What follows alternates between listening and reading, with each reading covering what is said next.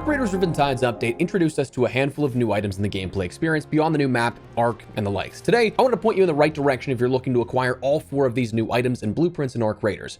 4 blueprints, 4 discussions on where to find them, their effectiveness, and how valuable they can or cannot be. Drop your thoughts as we go along, drop a like if you guys enjoy the video, and make sure to subscribe for more Arc Raiders and other FPS content. I'd love to have you in the community. We still got a lot to talk about here on this side of the Riven Tides update and beyond. Finally, today's video is brought to you in part by Escape from Tarkov Arena, but more on that in a bit. For now, let's get into it.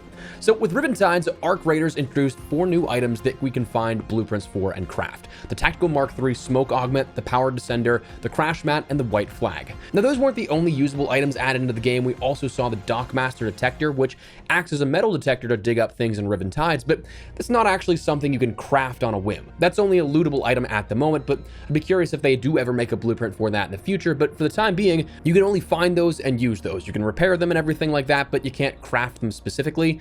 However, they are incredibly abundant in the beachcombing minor map conditions, so you should be able to stock up on those if you want to get a handful of them to stock up on. But anyways, let's get back to the focus of the blueprints. First, let's talk about the Tactical Mark III Smoke Augment. This one, a new Mark III Augment, it's legitimately described as an upgraded version of the Tactical Mark II Augment, adding expanded capacity across the board. So kind of a bit odd they don't just describe it and instead point you to another augment to see what it actually does. But if you look at that Mark II, it adds more backpack space and extra utility item slots. So the upgraded capacity of that means you end up getting 5 kilograms more of carry capacity, 2 more inventory slots, 1 more augmented slot for quick use utility items, and 1 more safe pocket, 2 total on this one as opposed to the Mark II. No further adjustments were made for shield capacity or anything like that, both supporting light and medium shields. But the special feature of this augment comes down to the combative nature of the shield, or I guess more so defensive measure of this. Upon shield break, it will deploy a small smoke grenade that has a fixed cooldown before it does it again. So just like your Mark II did, this maybe perhaps being a nice anti-rat addition to the gameplay experience. If you run into that type of situation often, it can give you a quick little out or time to heal up and recollect yourself. Now, me personally, I don't necessarily know if I find the slight benefits over the Mark II to be all that worthwhile. I still think the Survivor is head and shoulders the best Mark III augment we have, while this and the others are quite lagging behind in usefulness, but they did mention that they're going to be adjusting these in the future so that we maybe have a better balance of how the Mark III augments work. But anyways, where to find this? This one follows the same rule sets and logic we've seen before, actually. This following suit with the rest of the Mark IIIs, or rather most of the Mark IIIs, where they can be found in security containers. Now I say most of the augments because up until the Flashpoint update in March, there was a clear distinction between the Survivor and I want to say it was the Healing, that both of those were additionally in medical containers while the rest were only security containers. But I've seen some talk that other people are now since then finding them also in the medical containers, but even if so, you're adding more items to that, medical items, that you have to fight in the loot pool to end up getting those out of. So security containers are things like your black boxes, box lockers, and standing metal cabinets. The most commonly referenced spots are the security wing of Blue Gate, if you can get there first. There's a breachable room, which is the best bet, while also having 2 additional box lockers and a black box down the hall that you can check in on as well. The other most commonly referenced location is Stella Montes' lobby area. That breachable room with a staircase leading to the security bridge, that has box lockers, black boxes, and standing cabinets that you can search and try out. Now Stella in particular actually has a few other areas that are lesser checked or of note, one being the security closet in the medical wing, which is actually where I found mine for this blueprint, as well as the lobby security keycard room, which has a ton more box lockers and chances there for items. But of course, that's the luck of the draw whenever you have that key, and it's a key item, so you don't have that readily available every single raid. The only thing to note with these is that security style containers and security areas are among the least abundant in the game, so you're going to have a bunch of people fighting you to be the first one there for a shot at those blueprints.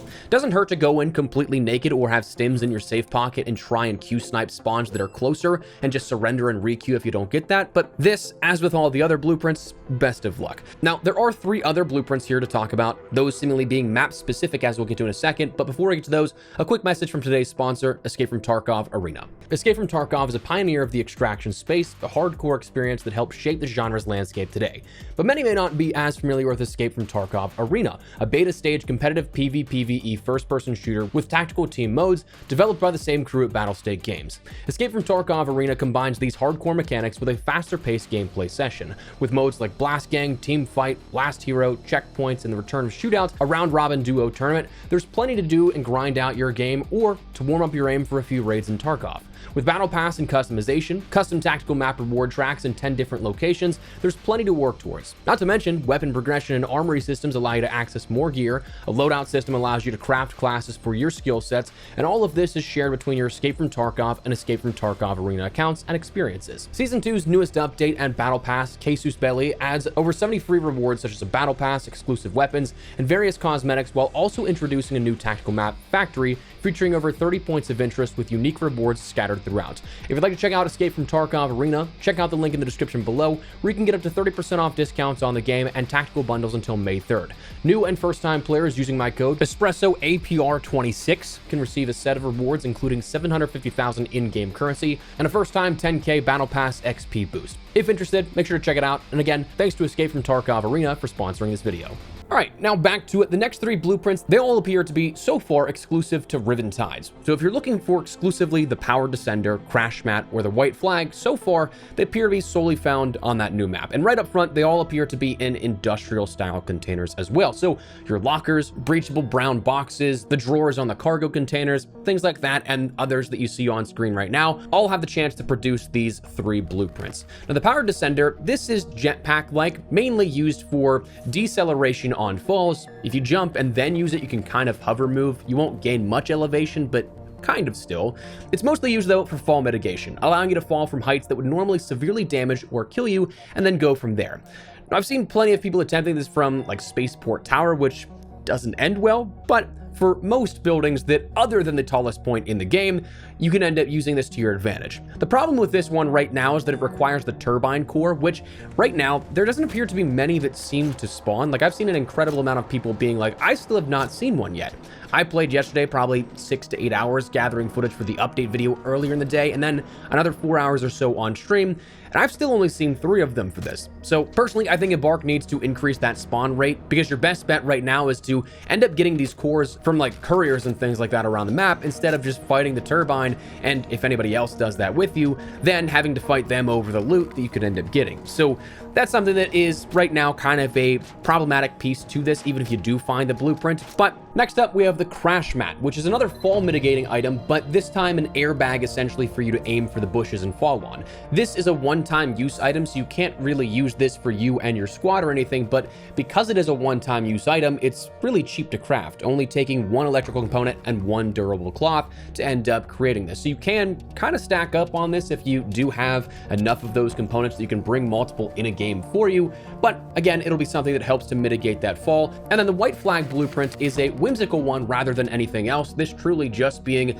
a flag you can either plant in the ground or wave around to show off your intentions of being like, hey, I don't mean any harm, or perhaps being deceptive and trying to trick somebody into thinking that. But it's a relatively useless, more so whimsical thing in the gameplay perspective, like maybe the fireworks box or something like that, as a blueprint that you probably won't touch too much at all. But crafting this, 10 fabric, 3 plastic, and it can be found again in Riven Tides. Now, all 3 of these have reportedly been pretty easy to find. I found all of mine in Stacking Yard and that area there, and a few dupes also in the hotel. So those where you're going to find a lot of different industrial containers. Again, the Stacking Yard being just straight up an industrial port. And then you have those lockers in and around the different areas of the hotel. That's something that can also be beneficial as well. Which, slight sidebar when we talk about the hotel, outside of the key rooms, like, I can't be the only one that feels like there's not many lootable containers for the size and the scale of that hotel, right? Like, I'm not alone in thinking that, right? But either way, they seem to not necessarily be common, but also not relatively hard to find as other blueprints right now. And with them being specific to the Riven Tides map itself, it also almost feels like they're weighted at the moment for those to pop up more in their respective container types. So if you've seen them, while we say in our shorts every single time, you can't necessarily guarantee that this specific crate, this specific container, this specific area of a map is going to produce this blueprint that you want. It at least does help to know where to look so that you can end up having the better chance, or in some cases the only chance, of getting those items. Like if you try and look for something that isn't in the same loot pool, obviously you're not going to get it. It's beating a dead horse for something that doesn't exist. But while you can't specifically pinpoint one container, you can look in the right spot, and hopefully this can help you out to do that. So that said, that's where to find all 4 of these new blueprints, what they do, how effective they can or cannot be. Let me know your thoughts down below. Do you guys have any of these blueprints, any that you found particularly interesting out of this? Have you found them perhaps outside of the Riven Tides areas and other locations? Of course, with an early adoption of the rules and logic for how these spawn, it is quite possible that Riven Tides' update actually did adjust the loot pools ever so slightly, that maybe there is one of those situations where you found it on dam in a residential container or something like that. But let me know if you guys enjoyed the video, you found it at all insightful. Do me a favor and drop a like on it. And of course, if you are new to the channel, make sure you subscribe so miss a single thing regarding all things Arc Raiders and even more FPS content. I'd love to have you in the community. But for now, thanks so much for watching. My name is Espresso. I'll see you later. Take care and peace.